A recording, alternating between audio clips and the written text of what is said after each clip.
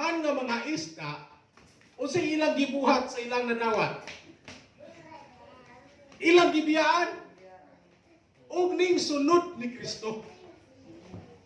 Lord, mubiya ko ani, wagi pagkaon ng pamilya Ginoo. Di ba?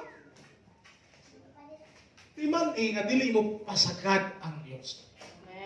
Dili siya mo pasagad kaninyo. Kasi gingon dia sa 1 Peter 5:7. Itugyan nato ngadto sa Dios ang atong mga kabalaka. Kay siya ang Dios mao'y nag-atiman kanato. Kana nga pulong sa Ginoo, tinuod na. Kisay nagsulpiya na si Pedro. Kinsa man tong nibiya sa iyang mga kuha. Si Pedro gyapon. Nakita niya ang kung ikaw mosunod sa Dios, ang provision naa. Dili ka pasag